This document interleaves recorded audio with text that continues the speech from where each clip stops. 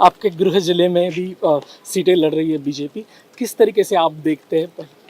देखिए, कुल मिलाकर अभी विदर्भ में जो चुनाव का पहला दौर और उसके बाद दूसरा दौर भी, 2 दौर में विदर्भ पूरा होगा।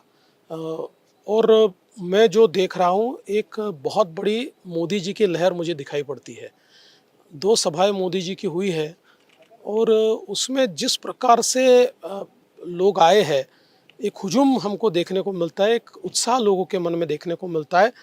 और लोग मोदी जी के पीछे एक दीवानगी की तरह मुझे आकर्षित दिखते हैं और इसका फ़ायदा हमको होगा। और मैं ऐसा मानता हूँ कि विदर्भ की सारी सीटें हम जीतेंगे। अभी हम लोग तो गढ़चिरौली में हैं, गढ़चिरौली की ये जो सीट है, ये सीट भी हम बहुत अच्छे मार्जिन से जीतेंगे। कांग्रेस के बड़े नेता नदारद है, प्रचार में नहीं दिख रहे, क्या वॉकओवर दे दिया बीजेपी को? नहीं, मुझे लगता है वो आएंगे, क्योंकि जैसा हम सुन रहे हैं वो आने वाले हैं, लेकिन वो आए चाहे न आए, रिजल्ट पर कोई बहुत असर पड़ेगा ऐसा नहीं लगता। कांग्रेस 5 न्याय और 25 गारंटी की बात कर रही है। कांग्रेस को मेरा इतना ही कहना है कि जो न्याय और गारंटी आपने कर्नाटक में दी थी, उसका क्या हुआ? छत्तीसगढ़ में दी थी, 5 साल कुछ नहीं कर पाए तो लोगों ने आपको उठाकर फेंक दिया। मध्य प्रदेश से आपको उठाकर फेंक दिया। तो कुल मिलाकर अगर हम देखेंगे तो राजस्थान में भी ये स्थिति है कि राजस्थान में उन्होंने इतनी गारंटियाँ दी थी और एक भी पूरी नहीं कर पाए तो लोगों ने उठाकर फेंक दिया। लोगों को पता है गारंटी एक ही है, वो है मोदी जी की गारंटी, क्योंकि मोदी जी की गारंटी एक गारंटी की गारंटी है। मीसा भारती जो लालू प्रसाद यादव की बेटी है, उन्होंने कहा है कि इंडिया अलायंस को अगर मौका मिलेगा तो पीएम मोदी समेत बीजेपी के नेता जेल में होंगे।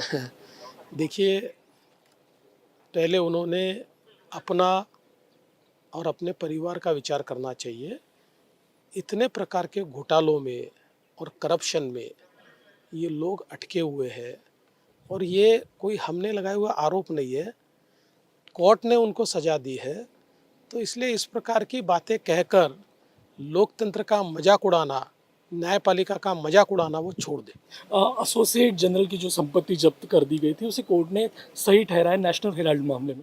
ये बिल्कुल सही बात है, क्योंकि आप पैसा तो जमा करोगे पार्टी के नाम से, जो टैक्स फ्री पैसा है जिस पर कोई टैक्स नहीं भरा जाता, और फिर उस संपत्ति को अपने नाम पर कर लोगे, तो ये तो बहुत ही ब्लैटेंट इस प्रकार का गुनाह है जो हुआ है।